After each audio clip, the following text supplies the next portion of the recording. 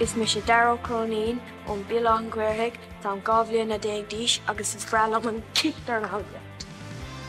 Thosnaigh mé Cicdhornálaíocht nuair a bhíos 6 bliana díos.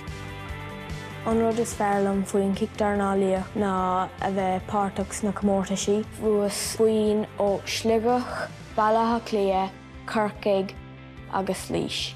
Tá hismóirí go húntaach tógann siad mé gach áit a ggur tréanáil agus a ggur na comórtasaí. Tá rialthachas ar an gúing, caitheann tú éide cosanta a caitheamh, níl ceadagad bróga a bheith ort ar na mataí, caitheann tú cris a caitheamh, tá sé antáachta clogad a caitheamh chun tú a cosant.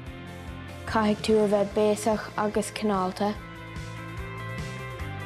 Ceann na rudaí is fearlam a bheith a dhéanamh ná a bheith speáráil.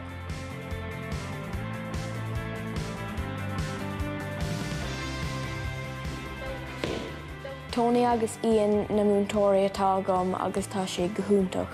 Fuair mé mo cuid inspirad ó daoine mar mo dheartháir agus mo dheartháir agus daoine ní sin ná mé.